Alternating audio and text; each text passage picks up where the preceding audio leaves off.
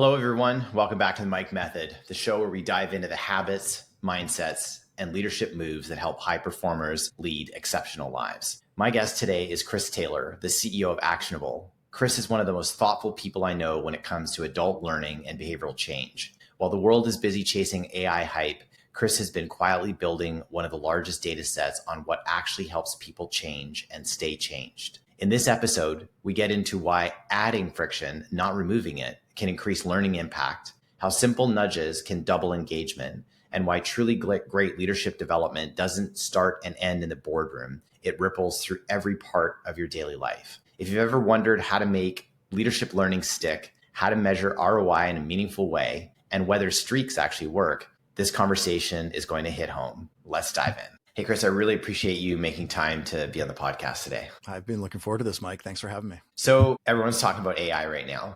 Mm-hmm. AI has infiltrated like every business, every industry, and it's in the leadership development and in the learning space as well. And at the same time, I know you have spent the last 11 years being really focused on how adults actually learn, apply, and actually change their behavior over time. Like, where are we at? What do we need to know that isn't AI? Yeah, I think there's something fascinating going on. So first of all, AI is just a fad, right?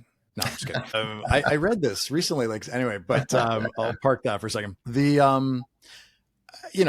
is probably sounding very obvious, but I'll call it out anyway, is that, we've been relatively static around how we operate as biological entities with the world for 10,000 years. The last 2 years of ChatGPT has not fundamentally changed how we operate in the world, and particularly when it comes to change and application of learning. I think if I offer sort of an overarching statement on AI, and then we can dig into any specifics, is that what I've found personally, and what we've found at Actionable, is that AI can be an exceptionally powerful tool at reducing friction on things. What it doesn't do is shift how we interact with the world, i.e. how we choose to change behavior, or how we stick with behavior change, or how we interact with one another necessarily. And so, on that note, as you think about what it actually takes to solidify learning and behavioral change, what have you discovered? Yeah, well, I'll give you sort of a paradox here a little bit.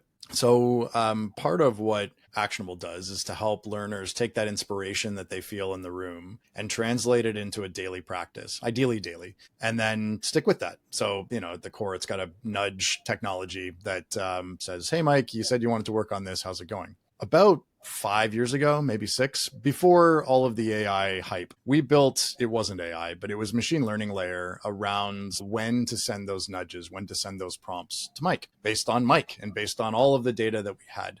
And it was pretty smart, and it would adjust and calibrate and send you nudges at when the system said it was appropriate to do so. And empirically, when it was sending those nudges was correct. But we weren't getting the level of engagement that I sort of had the spidey sense we should be having. And so on, honestly, a bit of a flyer, we took it all out and we said, hey, Mike, here's 7 days of the week. You decide what days you want to get it. Here's a rolling calendar or a time of day thing. You choose what time of day. You choose if it's text or email, but you choose. And Mike and every other participant goes through the act of choosing how many days a week, what format, what time of day. And the engagement with the changes, nothing else changing. The engagement with the changes almost doubled. By giving people control, like their own ability to choose when they're actually getting nudged around their learning. Yeah. Okay. And this was a major mind expansion for me, because on paper, we were actually adding friction into the process. It would have been so much easier. It was so much easier for the participant to just go through and, let the AI sort of do its thing. And that's kind of the point, is that it was the deliberate choice to add friction into the process, friction that put the learner in a participant of making these micro commitments, saying, I want it at these days. I want it at these times. I want it via text, that has them having greater buy-in to the whole change process. It's one micro example, but I think there's ripple effects on that we're maybe overlooking when we consider how we're incorporating AI into all the things we do. So I bet you there's some listeners out there right now who are kind of like, hey guys, you kind of skipped a step here. Like, what's Actionable? Yeah, this is not the pitch, but the overview on what Actionable is. So it's at its core, it's a piece of technology and a methodology that turns the lights on to the behavior change that follows a corporate training or learning sessions. It came from my own experience running a training company in Toronto and being really frustrated, disappointed with all of the great intention that people had leaving the room, and then very little to no visibility into how they were putting it into practice, which is, if I'm totally honest, it's a bit of an ego stroke. Like, I want to see that they're doing stuff after, but as much so, I want to know when they're struggling so that I can support. And I want the people who have fought for budget to develop their employees to be able to see and show the senior stakeholders, this is why. These are the changes that we're driving with this investment that we've made in people development. So I started Actionable 18 years ago, became what it is about 11 years ago. And over those 11 years, we've been supporting mostly training companies and consulting firms, but also in-house L&D teams to turn the lights on, to show what's happening, to amplify it, to measure it, and to use it to show what comes next. I love that because, a lot of clients, one of their first questions is, hey, we're about to embark on this giant program. It's going to take multiple years. We're going to get all, thousands of participants through it. But like, what's this path to sustainability after? And I think that, the way you're approaching it, you're saying, well, actually, we're going to bake the sustainability into the program itself, not after the program's done, right? Because that's the traditional thought process around sustainability, which is kind of probably still plaguing the industry is, it's what happens after the program's done. And what you've done with Actionable is you said, well, no, we're going to start the sustainment of the learning, but really the sustainment of the behavioral change is going to be built into the programs themselves. Yep.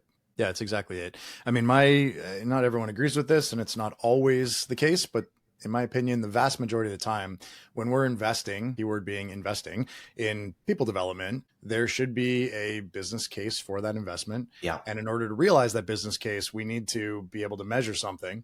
The challenge is that usually measuring, call it ROI, or just measuring impact is often a very lagging indicator, right? You think about your typical leadership development program, the sessions take place, people are inspired, but then they still need to, and I know I'm preaching to the choir here, Mike, but people still need to internalize it, try it out, go through that conscious incompetence phase, get to a place where they're actually decent at it, then have that recognized by their direct reports. Yes. And you keep extending. What we see is that on a leadership program, it might be 9 to 18 months before you see a true ROI on improved retention. And then all it takes is a CFO to come in and go, yeah, but that was a year and a half ago. A few things have happened since.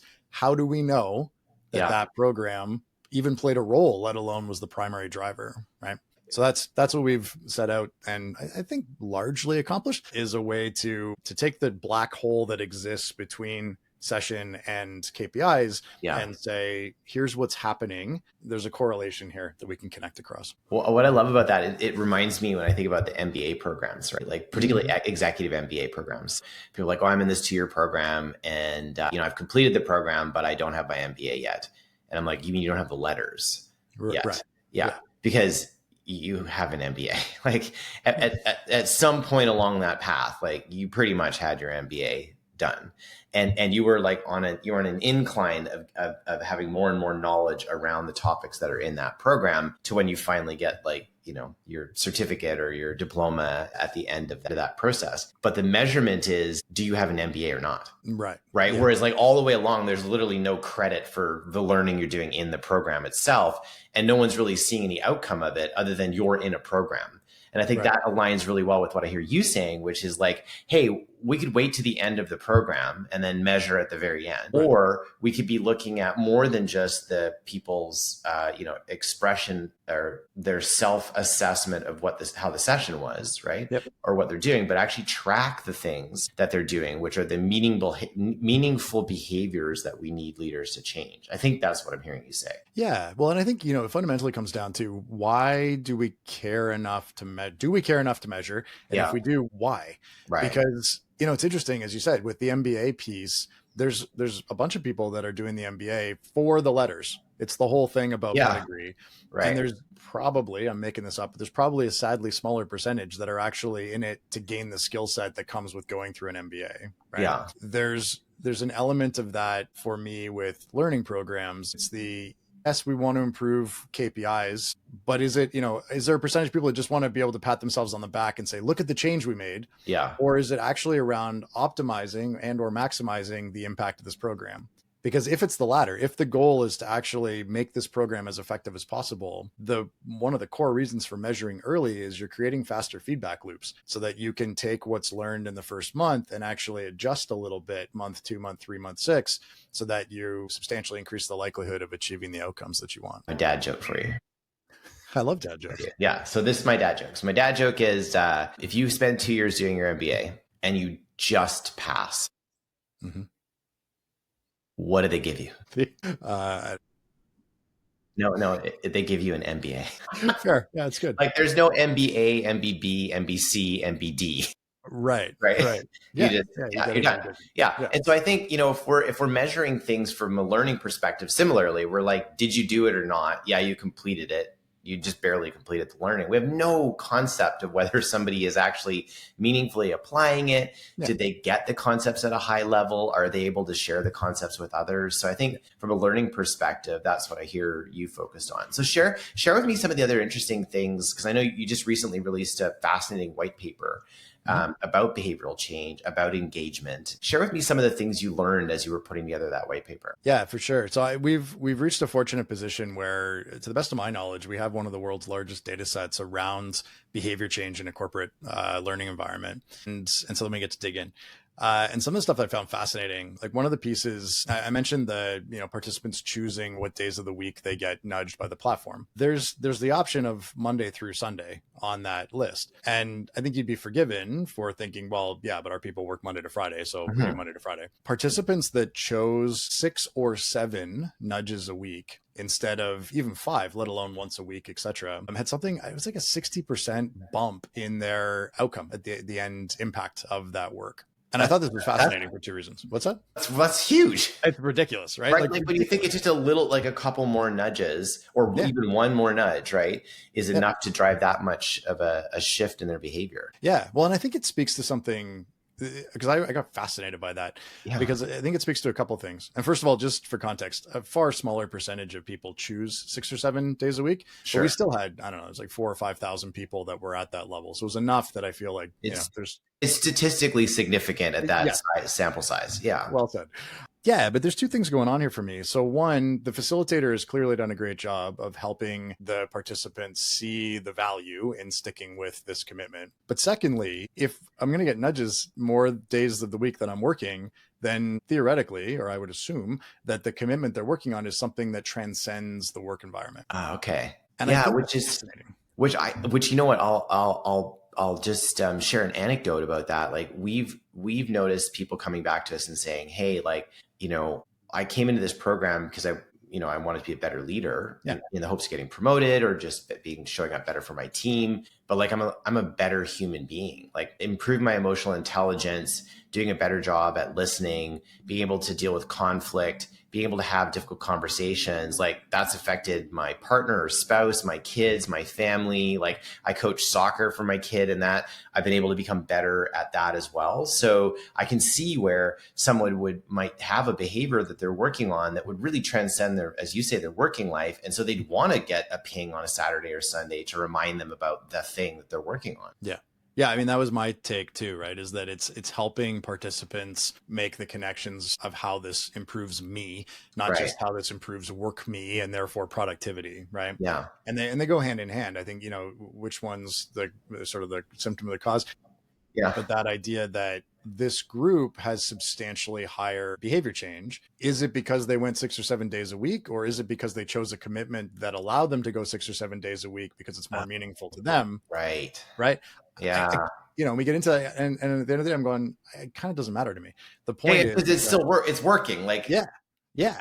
So I think that the message there is, if you have a commitment that inspires you to get 6 or 7 nudges to work on that behavior per week, your behavior change is going to jump up a significant percentage. Yeah, 100%. And 60%. But yes, but 60% is a lot. It's like ridiculous. Yeah. And I think for me, because someone listening to this, could be thinking, yeah, but I want them working on work things. I go, totally. Often this isn't about choosing a different commitment. It's about elevating your understanding of that commitment. Mm-hmm. So in another example, we often see commitments from people around how they're going to show up at their Monday morning sales meeting or at their monthly town hall, or something that's very limited from a frequency standpoint.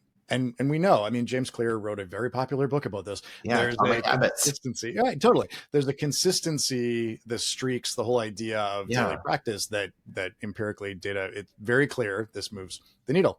And yet we come in, you know, it's a executive communication presence program. Okay, so it's going to apply to executive communication events. Yeah, sure. As that day's example. But what's the underlying piece here, right? Like you mentioned pieces around emotional intelligence or showing up with greater discernment or more confidence or whatever it is. There's often just a little exercise, like a couple minutes of going from, I want to work on improving it in this scenario to what does that look like in all scenarios, right? I'll give you a very real example. So we did a lot of work during the DEI sort of rise. A lot of programs being rolled out focused on DEI, a lot of people making commitments to behavior change. A lot of those commitments were equivalent of, if I see something inappropriate, I'll say something. Yeah. Like, okay, good intention, but hopefully it's not a daily thing, right? You're seeing inappropriate things occurring. Yeah. And so unfortunately, actionable aside, unfortunately, when we learn something that teaches us how to be different when things are exception based, it rarely works, because in those moments, A, we've forgotten it because it wasn't locked into long-term memory. And secondly, our emotions are heightened. Right. And so it's even less likely that we're going to change behavior, right? The patterns need to be established before we get into those situations so that they're more ingrained and become our default reaction. So I need to have, it sounds like I need to be able, like, I can't wait for another person's action to prompt my action. I need to have a proactive action that I can be nudged about, that I can choose to go do. Yeah. Okay. Exactly that. Got it. And it often can be easily solved for by having a deliberate practice or a reflection type commitment. Okay.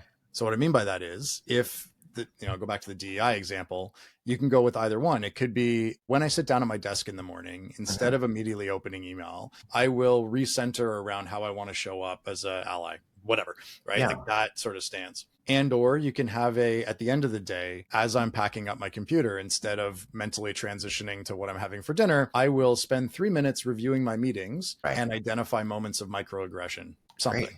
Right? Yeah. So it's exactly to your point. It's something that I have control over. It's not reliant on another human, and it builds the muscle of thinking about that particular topic. And we're referring to DEI here, but it applies to anything. It's interesting that you brought up streaks. I mean, Jerry Seinfeld is famous for his streak formula, and it's actually a really straightforward concept, being that you start something, and then every day that you do it, you cross it off, and your goal is not to break the streak. So like today I'm sitting at 1,209 days of journaling twice a day and reading the Daily Stoic and having that part of my journaling practice, which includes gratitudes and intentions and purpose and a bunch of other things. Yep. But when I started it, I was like, okay, I'm going to try a journaling streak and see how long I could go for. And I can't believe I'm saying today is day 1,209 of that streak. And I'm super committed to this now. Clearly. Prior to that, though, my journaling was not something I was doing. Like, I had it I use the Day One app now, but I used to use a Moleskine book because I loved the Hemingway pageantry of it. I had fountain pens, the whole thing. It was a bit pushy, but anyway. But I loved it that way. But the thing is, I wasn't consistent, because I left the book downstairs 2 floors down. Oh, I'll just do it tomorrow. Yeah. Or I'm out on the weekend and I'm like, I forgot to do it this morning. I don't have the book with me. I'll do it later when I get home. And then I just wouldn't. And so I'm like, I think journaling more consistently would be beneficial to me as a human being, but it would also help my work. And before, I really thought about it more about journaling during the work week. And so that was how I created a streak to say, hey, I'm going to go do this thing that I can see how far I can go with.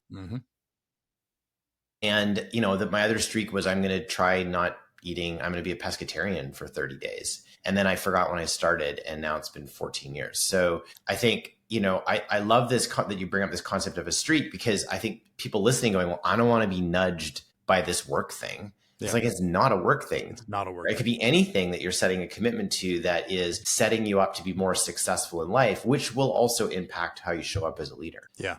Well, and it sort of comes full circle to our, and I want to come back to the streaks because I have a question for you Yeah. that I've been sitting on. But just before we do, the that was another piece that's come up for me recently is people's relationship with, in our case, the habit builder, the piece of tech, but really any tool that is designed to keep you on track. There's two ways of looking at it, right? It's either a thing I have to do, Right. and so it's being added to my plate now, and Right. we're all fairly busy, so it's like I don't have time for another thing. Is a Sure. good, healthy default reaction.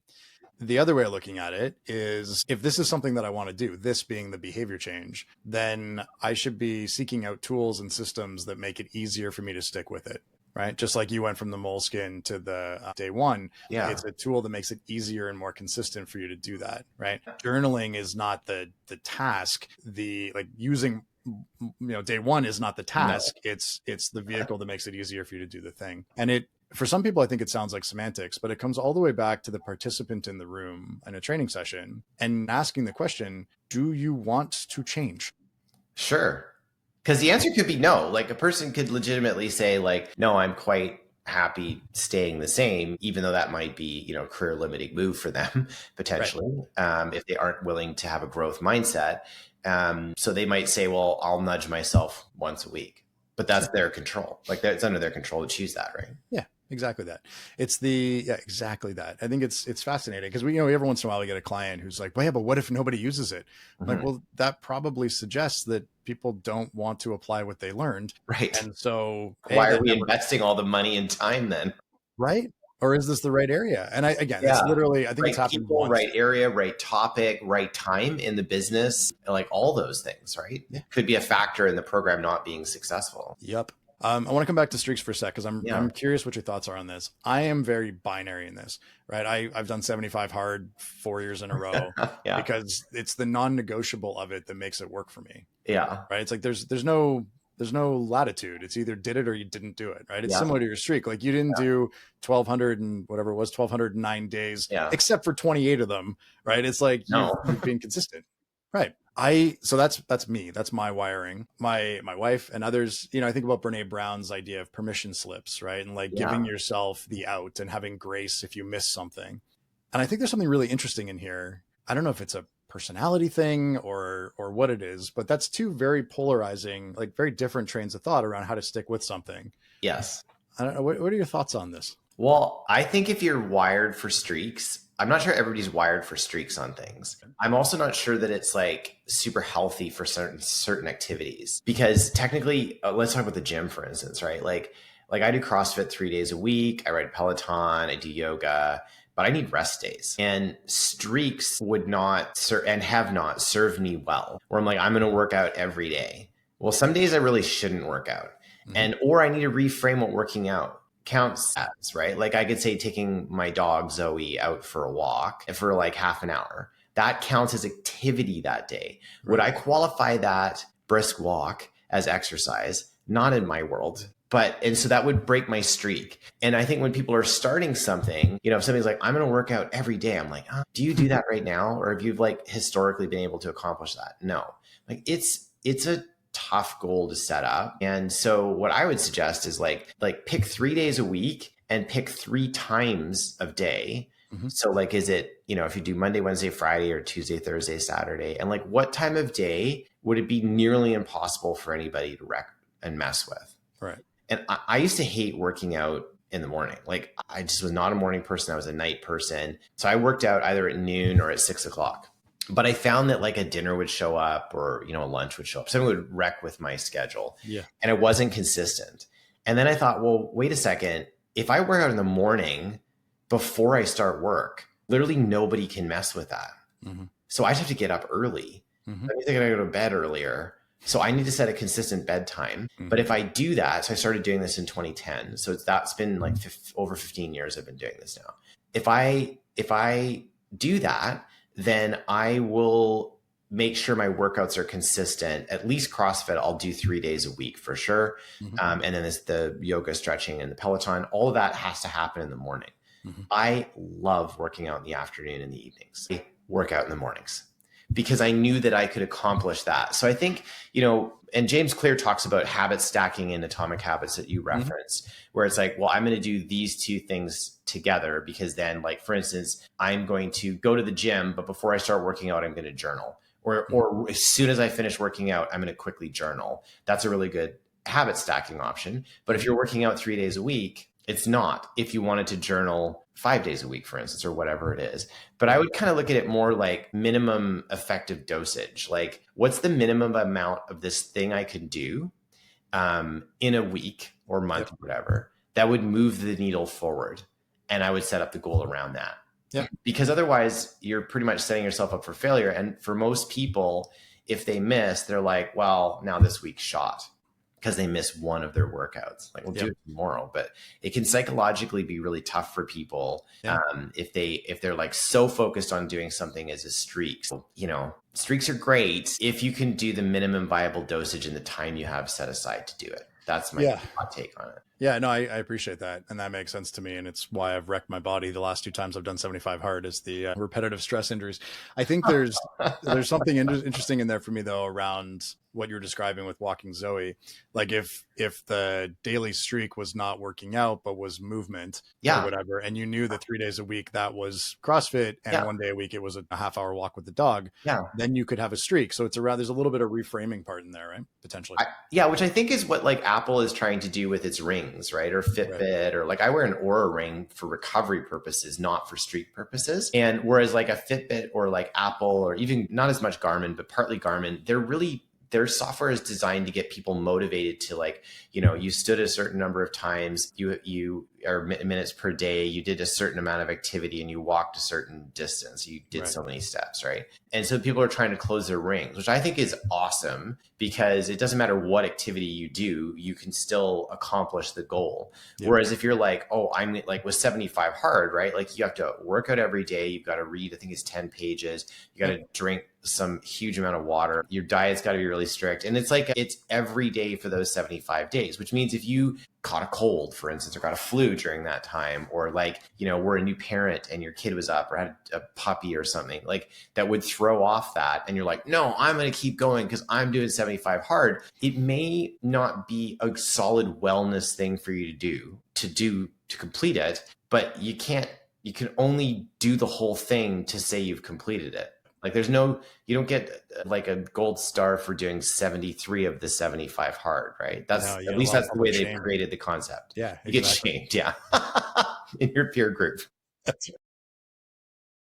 We may know a few of those. Shame-based motivation, right? Yeah, exactly right. So, yeah, interesting. Where else do you want to go, Mike? Well, I think as we're thinking about this behavioral change, it started making me think about the impact on stakeholders. Like you referenced earlier, that these nudges are about changing your life overall. We were super curious about this. So we actually had a dad of one of the leaders recognize our facilitator and say, oh man, my daughter's changed so significantly as a person as a result of being in this program that she's doing at work, which was kind of neat that the dad reflected on this. The facilitator just happened to live on the same street as the dad. And so we were curious, like how many stakeholders are impacted when a leader decides to change. We started measuring it, and we're like, well, if they have like a partner or a spouse, and then they've got like a, say on average, a brother or sister, they've got maybe 2 parents that are still alive. They might have 3 or 4 close friends. They've got 3 to 5 people to report to them at work. Maybe they're in like a church group or some other community thing that they're part of, a club. Maybe they coach soccer, how many people do they actually influence by their behavioral change? Our low number was 25. That each person who goes about deciding they're going to do as an adult has around a 25 times multiplier by modeling how they show up differently in the world. Yeah, love it. And that affects all areas of their life, right? Not just people that they work with. Yeah. I think you're being very conservative on that, which is probably we want it to be so nobody would be like, oh, that's too many people, right? I don't have that many friends. Yeah. Yeah, I mean, it's amazing when this stuff takes root, and it doesn't take a lot. I won't go into the full backstory, but The very, very origins of Actionable was, as you know, Mike, but was these book summaries. Yeah. And the purpose of the book summaries was very self-serving. Sure. I was reading all of these books and not doing Yeah. anything with the information. Right. And so I thought, well, if I write summaries, then it'll hold me to account to actually, which is a whole other thing we could talk about, accountability.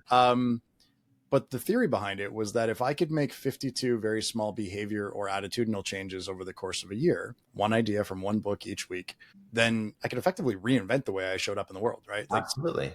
And it is remarkable, just these little changes, the laughably small behaviors that compound when we continue to work on this stuff. And so from those 52, so that's like fascinating. So you read 52 books in a year and you're like, hey, I'm just getting more knowledgeable, but I don't know that it's actually like changing my mindset or behavior or how I'm showing up in the world. Yep. So I'm going to write a summary for each of these books. So now I have like 52 summaries. I'm going to load that up into some software and say like each of these books has some like key actionable, look at me, has some key actionable things I can take and apply to my life. And then, so that was really the beginning of the platform. Yeah. It was even pre-tech. It started as like a newsletter, right? It was the whole thought, I think it was actually Good to Great that tipped me over, where I read Good to Great. I went, there's 16 great ideas in here. I'm not going to do anything with any of them unless I actually commit to one of them. And so the actionable summary format is sort of an inverse of a normal summary. Instead of the skeleton of everything with no depth, we still do, but go really deep on one idea from the book. So dug into the hedgehog concept and spent the next week, and then shared that, sort of declared publicly that I'm going to try to hone and shape my own hedgehog over the next week. And then the next week I sort of summarized that and wrote about the next book and a key idea from that book, and so on. I love that. That's such I love that the thing that you did to help yourself has turned into something that's like helping, like, tens of thousands of people around the world over the last 18 years. So I got a question for you. You've read all these books. Yeah. You spent the last 18 years in this kind of leadership development, behavioral change space. If we could jump into the like hot tub time machine and go back to like the beginning of your leadership career with the knowledge you have right now, what would you tell yourself? Like, what would you say? Hey, you're about to go on this crazy journey, entrepreneurial journey, but you're going to learn a ton about what it means to truly be a leader. What message would you want to hear from your today's self to yourself 18 years ago? It would be in the vein of, you are loud with strong opinions. Most of the people around you are quieter. You need to listen substantially more than you are speaking. It'll probably save you a whole lot of grief. Is sort of key idea number one. And key idea number two that's related to that is, not everything needs to be novel, right? Like you don't need to blaze a trail on every single thing that you do, right? I don't know who it was that told me this, but it's like the 95% of business is actually extremely consistent and very boring. Yeah. It's the 5% that you sprinkle on top that makes it magical. Yeah. And I had it inverted, right? I was like, well, I guess I have to use an existing accounting package, but other than that, everything's going to be brand new. And it was fun, but it was completely unnecessary and probably caused more headache and grief for people around me than was necessary. Those are both very powerful. So listen deeply more than you're speaking. I guess lead with curiosity would be that first concept. And then the second concept is that there's lots of room for business and creativity. But what I hear you saying is like, go build a solid foundation of a business that just works, and then go have your failures and your creative ideas, and like go test the edges, test the boundaries of that. Don't try to constantly reinvent. Yeah, I think, very much so. It's people go to a Virtus program, like you guys have leadership dialed in, right? They don't need to try to figure out leadership. They go to the source, you learn it, you apply it. Yeah. It's the same thing. Like when I think about marketing or sales or any of the stuff that I did, I waited way too long to bring in coaches, experts that I could just take their experience. I mean, it sounds very cliche, but it's the first one is 2 ears, 1 mouth, use them appropriately. And the second one is, follow those who've done it before you, learn from their mistakes, not your own. And they're cliche for a reason, I think. Chris, man, that's a powerful way for us to wrap this up. I appreciate you sharing your wisdom and your experience and what you're seeing with how adults can actually put together an approach to changing their behavior in a way that will eventually create really great habits, and that will eventually shift their mindset, how they see the world and how they show up in the world. And they're going to get a multiplier effect with all those stakeholders that connect to them. Thanks, man, for being here. It means a lot to me. Thank you. I really appreciate it.